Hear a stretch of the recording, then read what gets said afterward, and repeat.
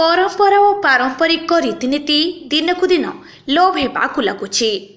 दिने जो परंपरा को नहीं आम गर्व करुथिले एवं भाईचारार संपर्कटे गढ़ी उठुथिला, आज से परंपरा सबू आधुनिकतार जाकजकमरे हजिबारे लागिछि। हेले आज भी यही परंपरा सबको बंचेबाकू चेष्टा करुछंती किछि सामाजिक संगठन, श्रृंखलित ग्रामवासी तथा उद्यमी युवक। गंजाम जिलार एमिति एक परंपरा हेउछि गम्हाडिया।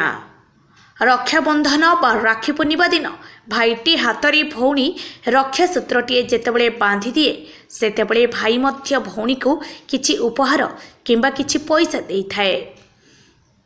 एही अवसर रे घरे घरे पिठापणा मध्य होइथाए। एही पर्व को आहुरी मजा और आमोदयुक्त करिबा पई किछि खेलकूद प्रतियोगिता करा जाए, जेमिति कि गम्हाडिया।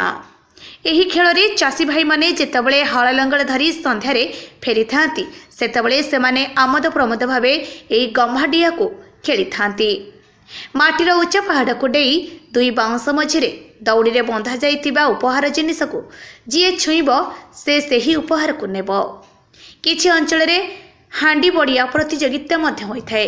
एही सबु खेल वर्तमान विलुप्त होई गलानी, किंतु भंजनगर ब्लॉक सान तुलसीपल्ली ग्रामर दुई भाई सुनील नायक और अनिल नायक पुणी से गम्हाडिया प्रतियोगिता कराइथिले।